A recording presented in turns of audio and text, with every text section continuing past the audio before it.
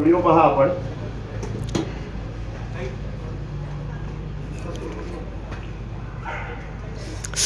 मग मी परत दाखवतो कारण हा विदिन सेकंदामधला व्हिडिओ आहे, कारण अपघात असाच पटकन घडत असतो. हे बघा, हे मागे हो गाडी येते. हे चल मित्रा, कुठे मित्रा?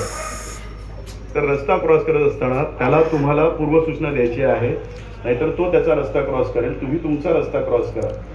आणि आम्ही ज्यावेळेस सांगतो की तुम्ही सुरक्षितपणे रस्त्यावरून चाला, तर याही गमती चित्रपटवाले देखील कॅच करतात. हे बघा,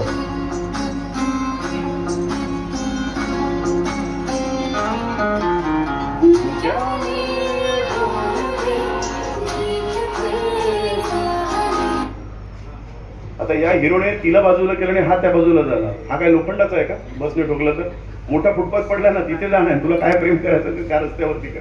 तर या गोष्टी देखील दखल घेण्याची आवश्यकता आहे. तुमच्यापैकी एखादा लहान,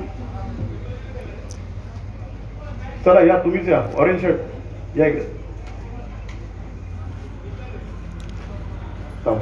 आता असा विचार करा की हा लहान मुलगा आहे म्हणून, बरोबर आहे. शाळेच्या आवारामध्ये आवर्जून तुम्ही देखील जाऊन याची जाहिरात करा, याची माहिती द्या. शाळेच्या आवारामध्ये काय होतं, आई मुलाला घ्यायला जाते आणि त्या ठिकाणी मैत्रिणीबरोबर टीव्ही सिरियल किंवा इतर राजकारणाच्या गप्पा मारत बसतो.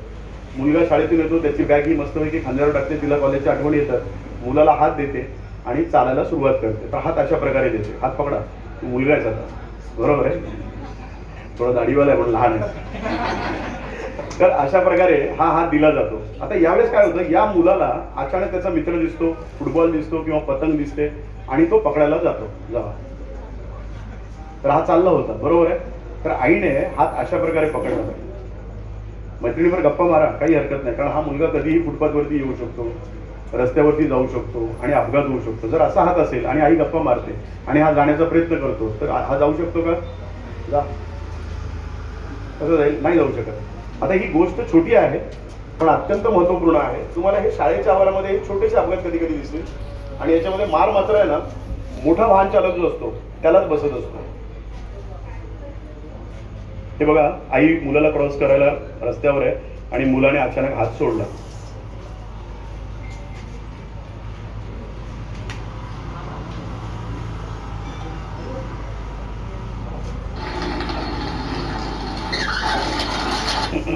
हा जो तुमचा स्पीड ब्रेकरचा विषय होता,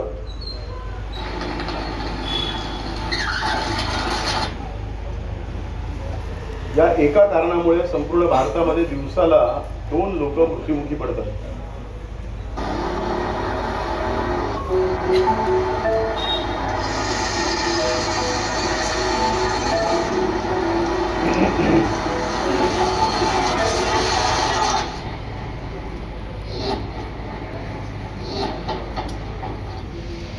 बघा, दोन्ही कानामध्ये इयरफोन टाकून तुम्ही घरामध्ये जर कधी बसत असाल तर आईला पूर्वकल्पना द्या की मी छानपैकी गाण्याचा आनंद घेणार आहे. अन्यथा दोन्ही कान जर तुमचे बंद असतील आणि गाणी ऐकत असतील आणि घरामध्ये आग लागली किंवा एखाद्या बाजूचे मदतीसाठी आवाज देतात, तर तो आवाज त्या मुलांपर्यंत जाऊ शकत नाही. रस्त्यावरतून चालताना देखील किमान एक कान तुमचा इतरांच्या सूचना ऐकण्यासाठी ठेवा. अनेक लोक दोन्ही कानामध्ये इयरफोन टाकतात आणि छानपैकी गाणी ऐकत जातात. याचा मी कार्यक्रम कर्नाळा स्पोर्ट्स क्लबच्या इथे कार्यक्रम केलेला होता, वासुदेव बळवंत पडके सभागृह. ITIच्या विद्यार्थ्यांसाठी मी दरवर्षी कार्यक्रम करतो. कार्यक्रमानंतर अवघ्या एका महिन्यानंतर तिथल्या चांगल्या एका युवकाचा, बॉडी बिल्डरचा अपघात रेल्वे ट्रॅकवरती झाला. मी हाच कार्यक्रम साधारण 15 वर्षापूर्वी, 15 ते 17 वर्षापूर्वी कर्जतला दरवर्षी मी कार्यक्रम करतो कॉलेजला. त्या ठिकाणी हा कार्यक्रम केला. रेल्वेचे अधिकारी योगायोगाने होते. ते म्हटले आमच्या इथे अशा प्रकारचा अपघात. तिथे 3 मुलं, त्यावेळेची थीम होती, वेगवेगळ्या पिक्चरमधल्या थीम असतात ना, ते हे कळत असतात मुलं. तर एकाच वेळेस 3 जण गाणी ऐकत होते सेम आणि 3 नाचत नाचत रूळवरून चाललेले होते. कर्जतच्या रेल्वे स्टेशन लोक आवाज देत आहेत की तुम्ही मागून ट्रेन येते, पण ते 3ही मुलं त्या ठिकाणी चिरडली गेली. हे उदाहरण मी दर कार्यक्रमामध्ये देतो. कर्नाळ्याला देखील दिलं आणि अवघ्या एका महिन्यानंतर तिथल्या एका युवकाचा रेल्वेच्या ट्रॅकवरती अपघात झाला. त्यामुळे तुम्ही कधीही इयरफोनचा वापर करत असाल तर किमान एक कान इतरांच्या सूचना ऐकण्यासाठी आपण आवर्जून द्या. बघा, दुसरं एक महत्त्वाचं आहे, आपल्या घरामध्ये स्कूटी असते आणि लहान मुलांना आपण आवर्जून आहे ना ॲक्सिलेटरवरचा अनुभव देतो. तो कदापि देऊ नका, कारण त्याला काहीच माहीत नाही यातली गंमत. त्याला फक्त आवाजाची गंमत माहिती. तो फक्त ॲक्सिलेटर वाढवायची त्याला अक्कल आहे. याचा अपघात तुम्हाला एक कोकणामध्ये पण पाहायला मिळेल. एक मला पाटील म्हणून हवालदार आहेत महामार्ग पोलिसांनी, त्यांनी हा व्हिडिओ पाठवला, त्याच्यावर हा संदर्भ मी तयार केला. की तुम्ही एक तर मुलाला 50 रुपये खर्च करा आणि आतल्या बाजूला वेल्डिंगचा एक रॉड लावा की जिथे त्याने हात ठेवायचा आहे. त्याने डाव्या बाजूने प्रवेश करायचा आहे, उजव्या बाजूने प्रवेश करायचा नाही. ज्या ज्या